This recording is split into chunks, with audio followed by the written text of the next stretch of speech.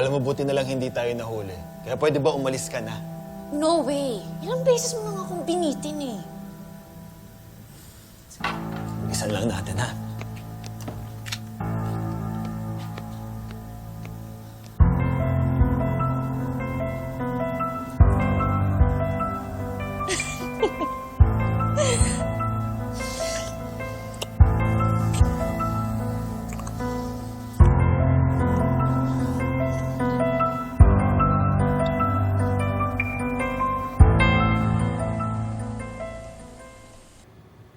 Nurse, ayoko po niyan. Mapait. Masusuka lang ako niyan. Pero Jazz, kailangan mong uminom para mawala na yung sakit sa katawan mo. It just makes me feel sicker, cuz. Excuse me.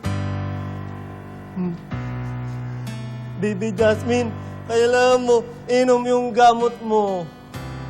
Tito, hindi ko po kaya. Ang pait talaga eh. Ako, sana inom gamot. Kasi si ate turo niya ako inom gamot. Ganto, gawin mo lang. Isil mo ilong mo. Ganon. Tapos, isulok mo gamot.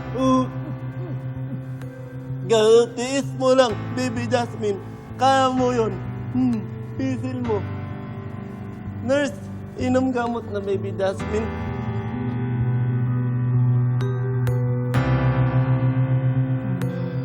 Isil.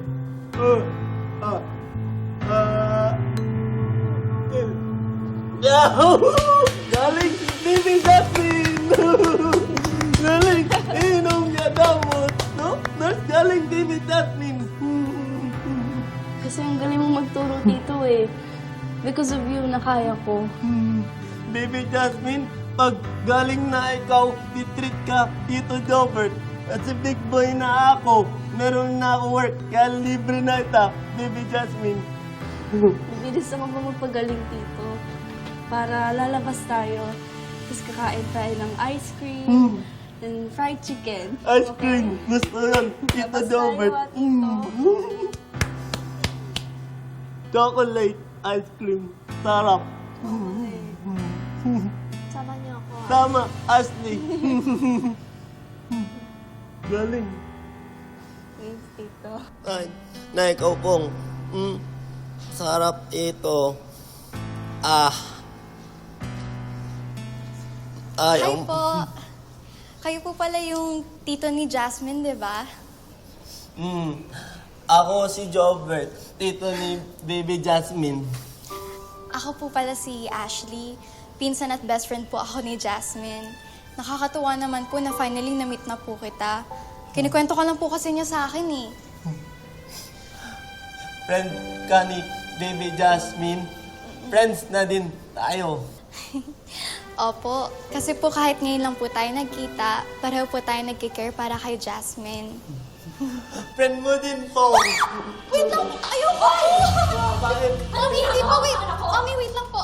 Hindi po. Tinatakot mo siya, Mami, no? hindi naman po siya nananakit. Nagulat lang po ako sa pagong. Layuan mo ang anak ko. Tama na po. Hindi kayo nababagay na magkasama. Baka mamaya mahawa ka pa sa pagiging krung-krung nito. Anong nangyayari dito?